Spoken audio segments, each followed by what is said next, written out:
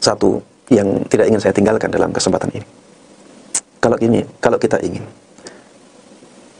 mendapatkan suntikan semangat untuk beribadah kepada Allah Subhanahu wa taala, di antara cara yang paling jitu adalah mengingat surga Allah. Mengingat surga Allah. Bagaimana kenikmatan di surga itu. Dan kita ingat bahwa surga yang luar biasa itu tidak mungkin kita dapatkan kecuali dengan beribadah kepada Allah. Allah katakan, "A'dadtu li'ibadiyas salihin." Aku telah persiapkan kepada hamba-hambaku yang saleh. Garis bawahi kata-kata saleh. Allah persiapkan untuk hamba-hambanya yang saleh. Siapa hamba-hambanya yang saleh? Hamba-hambanya yang banyak beribadah kepadanya. Apa yang Allah persiapkan untuk orang-orang yang saleh ini? Ma la 'ainun ra'at, wala udhunun sami'at, wala khatara 'ala qalbi bashar. Kenikmatan yang tidak pernah dilihat oleh mata. Kenikmatan yang tidak pernah didengar oleh telinga. Bahkan kenikmatan itu tidak pernah dibayangkan oleh hati manusia. Itulah surga Allah Subhanahu wa ta'ala. Jemaah sekalian rahimani wa rahimakumullah. Silahkan menghayalkan semua kenikmatan yang paling tinggi dalam hayalan kita. Silahkan menghayalkan kenikmatan yang paling tinggi yang dimampui oleh hati kita. Yang dimampui oleh pikiran kita. Kenikmatan surga di atas itu.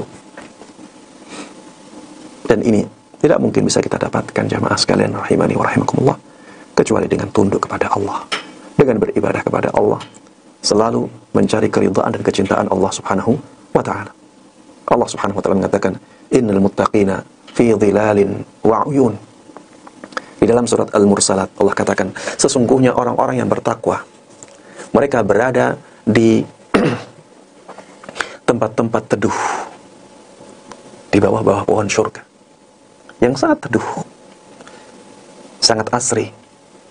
Wa'uyun, mereka juga berada di tempat yang banyak mata airnya. Wa fawakiha mimma yashtahun, mereka mendapatkan buah-buahan yang mereka senangi. Apapun buah-buahan yang mereka senangi, mereka bisa dapatkan. Bahkan disebutkan dalam penafsiran sebagian ahli tafsir, ya, buah-buah itu mendekat kepada penduduk surga. Disebutkan dalam ayat yang lain, ya, buah-buahan tersebut tidak pernah berhenti berbuah. Berbeda dengan buah-buah di dunia, ada musim-musimnya. Di surga semua buah akan terus, semua pohon akan terus berbuah, tidak berhenti berbuah. Wa fawakiha mimma yashtahun, buah apapun yang disukai oleh manusia, disukai oleh penduduk surga, itu ada dan bisa mereka dapatkan dengan mudah. Kulu washrabu hani'an bima kuntum ta'malun. Makan dan minumlah dengan enak. Makan dan minumlah dengan ketenangan, dengan ketentraman, dengan santai. Bima kuntum ta'malun. Karena amalan-amalan yang dulu kalian lakukan. Jadi mereka mendapatkan surga Allah itu karena mereka beramal, karena mereka beribadah. Dan coba renungi ayat ini. Kulu washrabu. Makanlah dan minumlah. Setelah Allah Subhanahu wa taala menyebutkan tentang mata air. Setelah Allah Subhanahu wa taala menyebutkan tentang buah-buahan. Seakan-akan ya Allah ingin katakan, kalian bisa minum langsung dari mata air itu. Di surga nanti mata air itu sangat-sangat jernih. Bahkan ada sungai yang airnya adalah susu. Ada sungai yang airnya adalah madu. Ada sungai yang airnya putih jernih. Ada sungai yang airnya adalah minuman khamr. Kenapa Allah sebutkan itu? Untuk memberikan penjelasan kepada kita bahwa air di sungai-sungai itu bisa langsung kita minum. Subhanallah. Minumlah dari air-air itu, kemudian makanlah dari buah-buahan yang kalian senangi. Di dalam ayat lain juga ada tentang daging-daging yang disenangi oleh penduduk surga. Di dalam surat Az-Zukhruf, Allah Subhanahu wa taala katakan tentang surga. Allah katakan, "Wa fiha ma tashtahihi al-anfus wa taladhdhu al-a'yun wa antum fiha khalidun."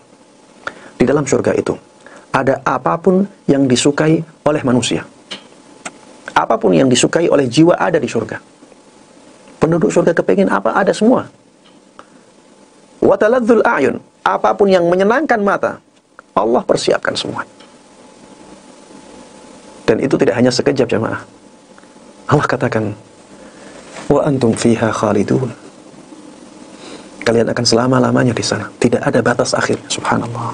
Ya, surga Allah Subhanahu wa taala yang seperti ini. Apakah masuk akal bisa didapatkan oleh orang yang santai-santai saja hidupnya, yang setiap harinya mengikuti hawa nafsunya? Apakah adil disamakan antara orang yang berusaha semaksimal mungkin mencari keridhaan dan kecintaan Allah dengan orang yang layah-layah, dengan orang yang santai-santai, foya-foya, leha-leha? Apakah pantas disamakan? Tentunya tidak, jemaah sekalian rahimani wa rahimakumullah. Allah Maha Adil dan Allah Maha Bijaksana. Kalau kita ingin mendapatkan nikmat surga yang demikian luar biasa, maka semangatlah untuk beribadah kepada Allah Subhanahu wa taala hingga ajal menjemput kita.